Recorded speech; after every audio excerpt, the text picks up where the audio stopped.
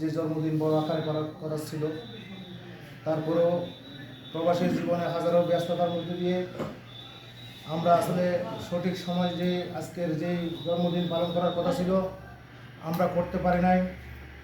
তারপরও আমরা জিয়ার আদর্শের সৈনিক, আমরা এই জন্মদিন পালন না করে আমরা পারছি না।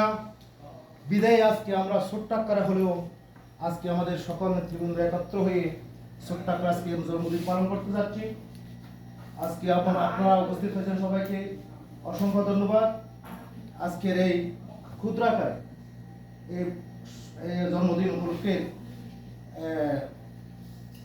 অনুষ্ঠান পরিচালনা করবেন আজকে আমাকে হেল্প করবেন আমাদের আলহাসার বিএনপির যুবদলের সম্মানিত সভাপতি জনাব আলউদ্দিন আলম। জনাব আলউদ্দিনকে আমি আজকের অনুষ্ঠান পরিচালনা করার জন্য অনুরোধ করছি।